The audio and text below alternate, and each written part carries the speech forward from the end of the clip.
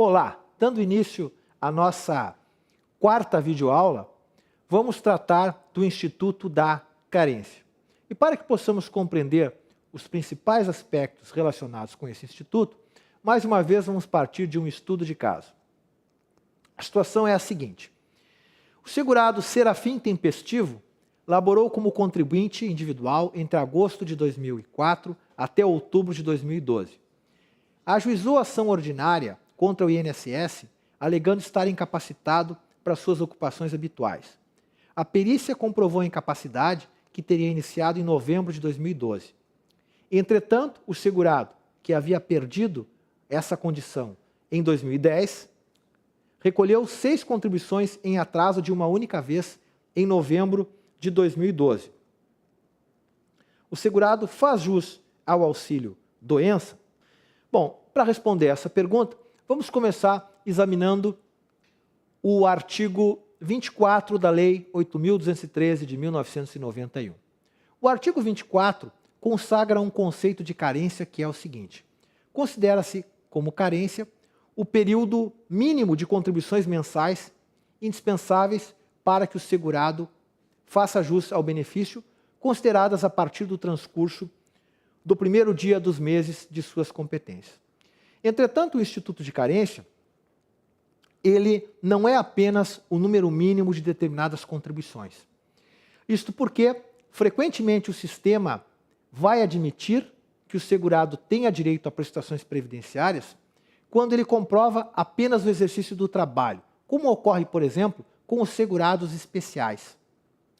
Por conta disso, nós devemos compreender como carência a permanência por um período mínimo no sistema e que deve ser acompanhada pelo pagamento de contribuições, em alguns casos, mas não em todos, justamente porque há segurados que são protegidos pela Previdência Social, independentemente do recolhimento de contribuições. Por sua vez, o parágrafo único do artigo 24 consagra uma regra de grande relevância, que é a seguinte: havendo a perda da qualidade de segurado, o cidadão pode aproveitar as contribuições anteriores, desde que, a partir do momento em que ele retorna ao sistema previdenciário, ele cumpra pelo menos 1/3 da carência necessária para o benefício que ele vai reclamar.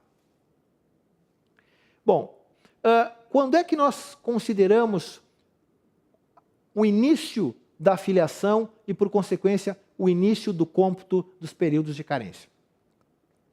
Observem que a atual redação do artigo 27 da Lei 8.213 de 1991, com as modificações que foram feitas, pela Lei Complementar 150 de 2015, hoje nós temos a seguinte situação: a filiação ela inicia para o empregado, o avulso e agora também para o doméstico, e a jurisprudência há muito tempo entendia que a distinção era injustificável, porque o doméstico, tanto quanto o empregado comum, não era o responsável pelo recolhimento das suas contribuições. Então, a Lei Complementar 150 de 2015 apenas consagra aquilo que a jurisprudência há muito tempo já decidia. O empregado doméstico não é responsável pelas suas contribuições e pode computar não apenas como tempo de serviço, mas também como carência os períodos em que ele comprova o exercício de atividade. Agora, para o contribuinte individual e para o segurado facultativo,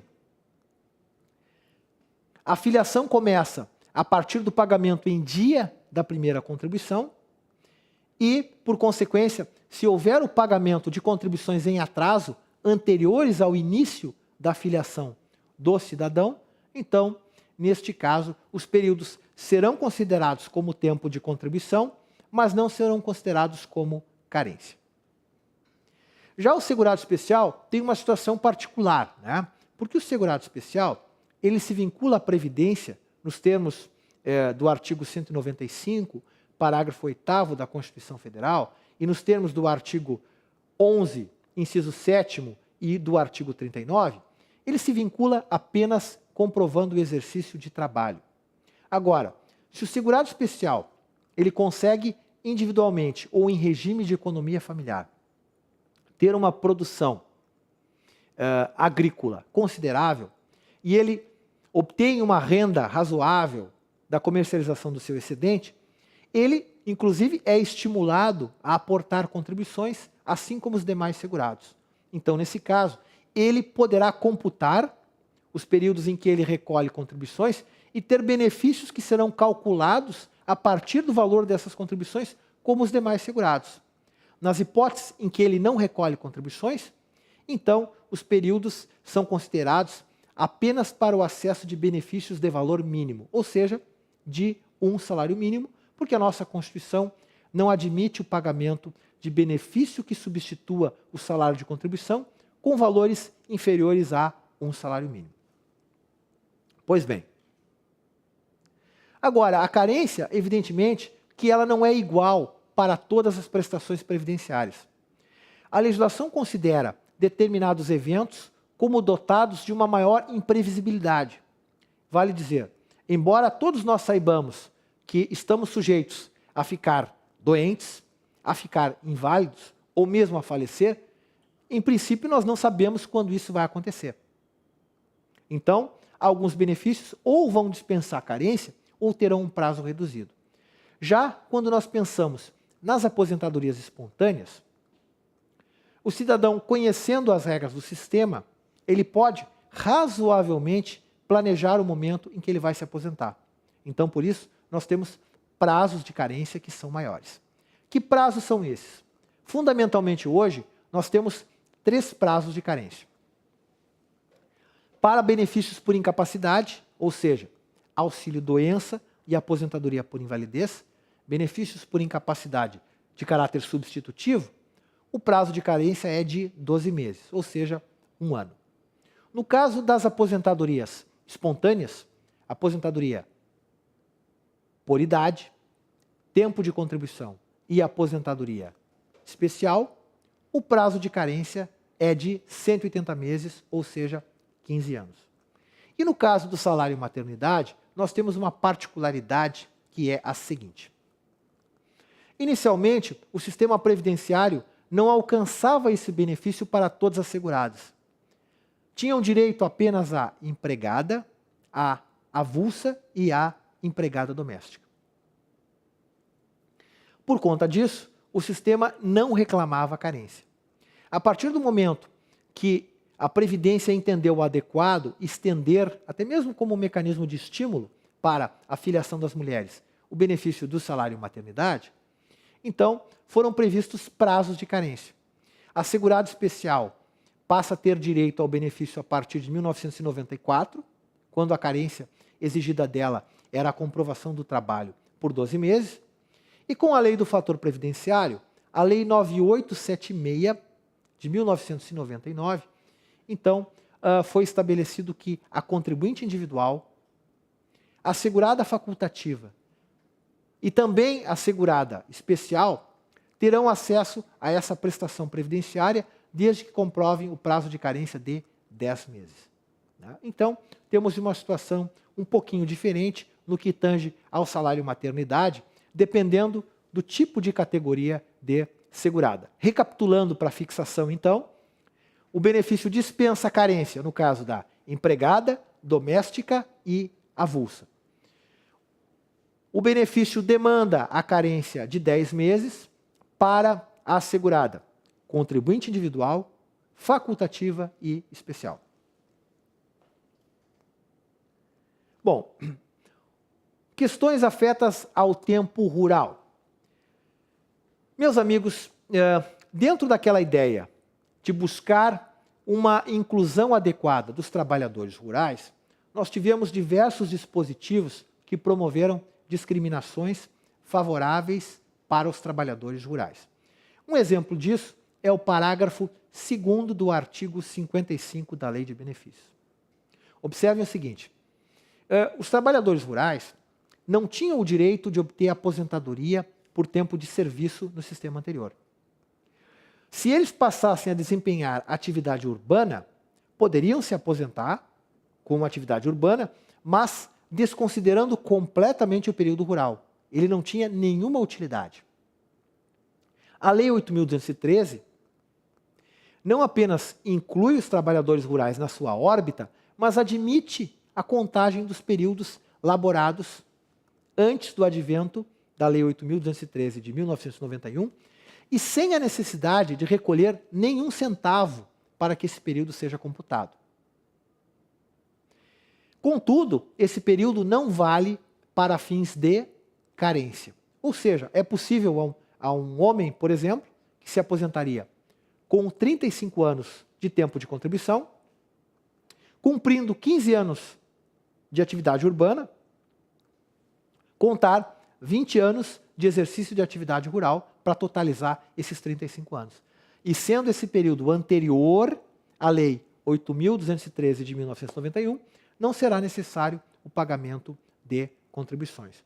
Contudo, esse período, para ser empregado para fins de contagem recíproca de tempo de contribuição, considerando o que o Supremo Tribunal Federal decidiu na ação direta de inconstitucionalidade 1664-0, será fundamental o recolhimento das contribuições relativas a essa atividade, nos termos do que prescreve hoje o artigo 45A da Lei 8.212 de 1991.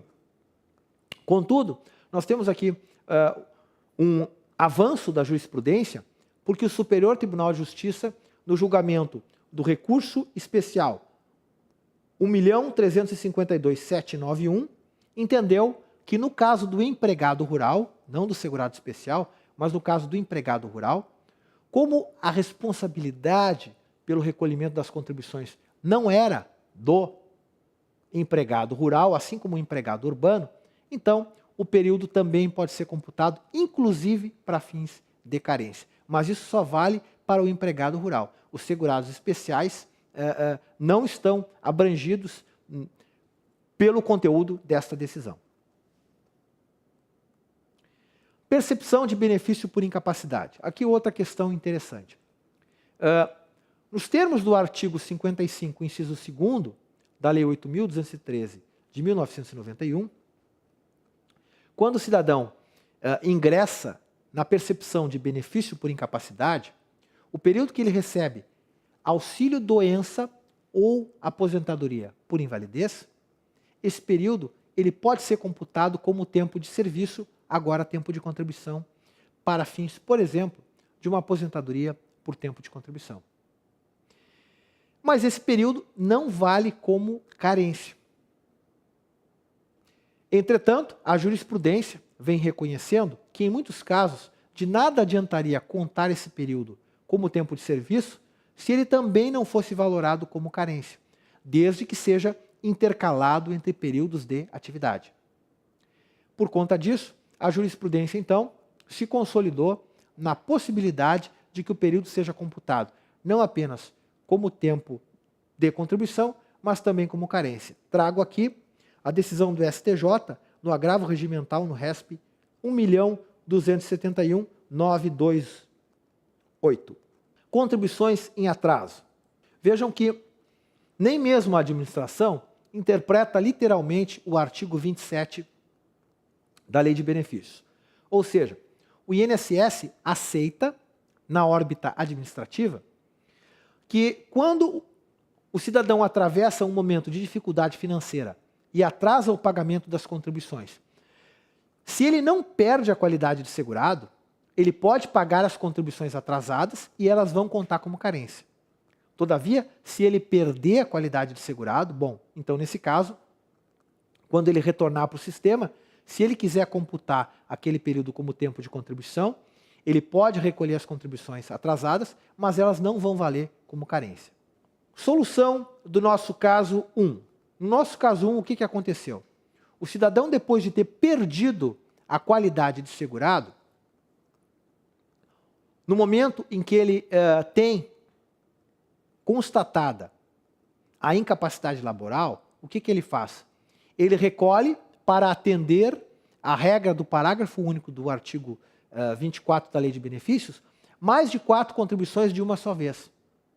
Contudo, como esse recolhimento ele ocorreu após a perda da qualidade de segurado, esse recolhimento ele não vai autorizar a que o cidadão tenha direito ao benefício, porque ele deveria ter cumprido pelo menos 1/3 do período de carência para poder computar as contribuições anteriores. Então, nesse sentido, eu trago aqui um precedente da Turma Regional de Uniformização da 4ª Região, que não reconheceu essa possibilidade.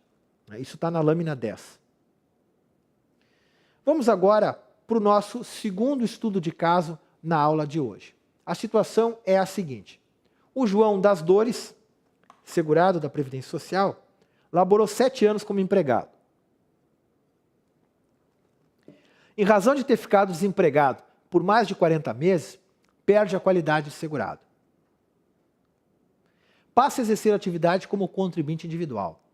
E aí ele recolhe contribuições por 2 meses, só que no dia do seu aniversário de 50 anos, ele sofre um AVC no final de semana, quando assistia a um jogo de futebol.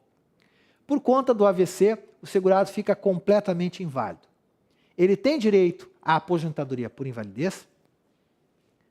Para responder a essa pergunta, vamos então estudar aquelas situações em que a Lei de Benefícios da Previdência Social dispensa o cumprimento de carência, tendo por foco o nosso estudo de caso aqui, que versa sobre o direito a benefícios por incapacidade. Bom, as hipóteses que dispensam a carência estão no artigo 26 da Lei de Benefícios. Quais são elas?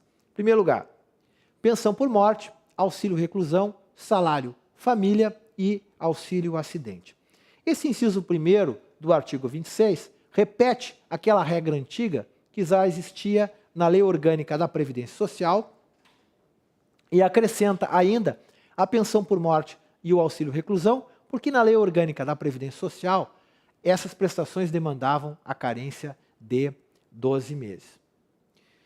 Inciso 2º, auxílio doença e aposentadoria por invalidez nos casos de acidente de qualquer natureza ou causa e de doença profissional ou do trabalho, bem como nos casos de segurado que, após filiar-se ao regime geral, for acometido de alguma das doenças e afecções especificadas em lista elaborada pelos Ministérios da Saúde e do Trabalho e da Previdência Social, a cada 3 anos, de acordo com os critérios de estigma, deformação, mutilação, deficiência ou outro fator que lhe confira especificidade e gravidade e que mereça um tratamento particularizado.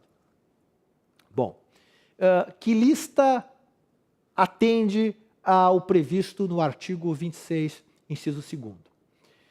Originalmente, a Lei 8.213 de 1991 previu uma regra de transição, o artigo 151, né, que, como volto a dizer, muito pouca coisa se cria e a maior parte se copia. Esse artigo 151, ele, em verdade, reproduzia um elenco que constava do artigo 18, parágrafo 1º, a linha A, da Consolidação das Leis da Previdência Social de 1984, né, com as seguintes inovações. No caso, na época, a AIDS não era conhecida, né, bem como a contaminação por radiação. Nós tivemos a edição em 2001 da primeira lista, né, que contemplava ainda a hepatopatia grave. Então, fundamentalmente, é esse o rol de patologias que dispensa a carência. Contudo, a discussão que nós temos aqui é se esse rol ele é taxativo ou se ele admite uma interpretação, ao menos uma interpretação analógica, né? Bom, inciso 3º. O inciso 3º estabelece o seguinte: os benefícios concedidos na forma do inciso 1º do artigo 39 aos segurados especiais, referidos no inciso 7º do artigo 11 desta lei. Então, como já referi, os segurados especiais, eles têm a seguinte possibilidade. Caso eles exerçam atividade individualmente ou em regime de economia familiar e não recolham contribuições específicas para a Previdência Social, a contribuição dos segurados especiais vai ser estabelecida a partir da comercialização do seu excedente, quando houver excedente. Mas desde que seja comprovado o exercício de atividade rural, os segurados especiais podem obter os benefícios de auxílio-doença, aposentadoria por invalidez, aposentadoria por idade, mas não aposentadoria por tempo de contribuição. Vejam bem, o segurado especial não tem direito ao benefício de aposentadoria por tempo de contribuição, a não ser que recolha contribuições facultativamente. E ainda, salário, maternidade, auxílio acidente que será no valor de meio salário mínimo, e todas as demais prestações são no valor de um salário mínimo. Agora, se o segurado especial recolher contribuições facultativamente, então ele vai se colocar na mesma situação do contribuinte individual e terá direito a benefícios calculados com base nas contribuições que estão sendo aportadas, certo? Serviço social e reabilitação profissional. Bom, como nós vimos, serviço social e reabilitação profissional são prestações que não têm um caráter pecuniário, são serviços ofertados aos beneficiários da Previdência Social. Portanto, não há sentido em exigir período de carência para esses benefícios. Salário maternidade, para asseguradas empregada, trabalhadora avulsa e empregada doméstica, né? Então, isso no inciso 7º, como já referi, isso diz respeito à inclusão que foi promovida por categorias de segurados que não tinham direito ao benefício do salário maternidade. Então, a lei faz uma distinção. Para aquelas categorias cuja responsabilidade pelo recolhimento da contribuição não é atribuída para elas, então, empregada, avulsa e doméstica, não se demanda período de carência para concessão do salário maternidade. Já para a contribuinte individual, facultativa e segurado especial, o legislador entendeu como adequado a exigência do período de carência de 10 contribuições mensais, sendo que a segurado especial normalmente vai comprovar o quê? Vai comprovar o exercício de atividade rural pelo período relativo à carência. Bom, e como é que fica então a questão do aproveitamento das contribuições anteriores à eclosão da perda da qualidade de segurado? Bom, vamos pensar o seguinte: quando nós pensamos nas prestações que são devidas em face da incapacidade laboral, e aqui é necessário fazer uma pequena distinção, tá? Que é a seguinte: nós temos 3 prestações que o sistema oferece para a tutela do risco incapacidade laboral, que são auxílio doença, aposentadoria por invalidez e auxílio acidente. Diferenças. O auxílio doença e a aposentadoria por invalidez são prestações que têm um caráter substitutivo, substituem a remuneração do segurado que está impedido de trabalhar. Por conta disso, auxílio doença e aposentadoria por invalidez vão reclamar uma carência que é de 12 meses. Já o auxílio acidente não reclama o prazo de carência. Por que não reclama o prazo de carência? Não reclama porque ele tem origem na legislação acidentária e os benefícios acidentários tinham um tratamento mais benéfico que aquelas situações que acarretavam incapacidade decorrentes de outras causas, que não acidente do trabalho, e isso continua se refletindo, por exemplo, quando o artigo 26, inciso 2º, dispensa a carência para aposentadoria por invalidez e auxílio-doença, quando o cidadão é vitimado por um acidente do trabalho ou situação equiparada a acidente do trabalho, como ocorre nas doenças ocupacionais. Já o auxílio-acidente, observem que ele não tem um caráter substitutivo como aposentadoria por invalidez e auxílio-doença. Porque o cidadão, ele fica com uma incapacidade permanente, mas é uma incapacidade parcial. Então, evidentemente que ele se torna um trabalhador menos competitivo para ser assimilado pelo mercado de trabalho, e a legislação vai ofertar a ele o quê? Uma prestação que tem caráter compensatório, indenizatório.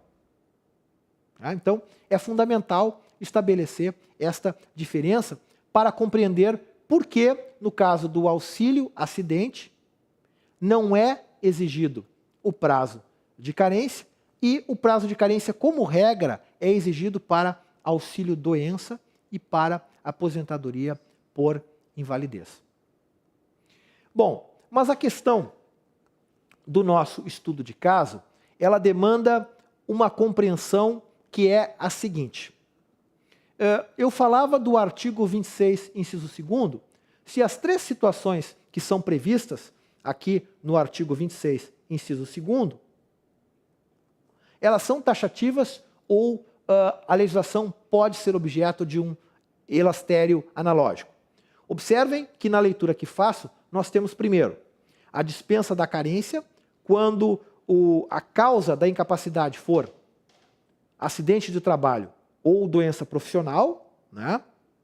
Ou nos casos de segurado que após a filiação ao regime geral forem acometidos por doenças e afecções que forem expressamente previstas por essa lista, né, elaborada pelos Ministérios da Saúde e da Previdência Social, ou ainda, na leitura que faço, for constatado outro fator que confira especificidade e gravidade que mereça um tratamento particularizado. Ora, nós sabemos que a saúde do ser humano pode ser afetada por um grande número de situações.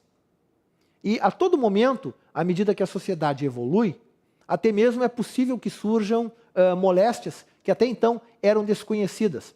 Por exemplo, o vírus HIV, até a década de 80, né, nós não tínhamos incapacidade causada por exposição ao vírus da HIV.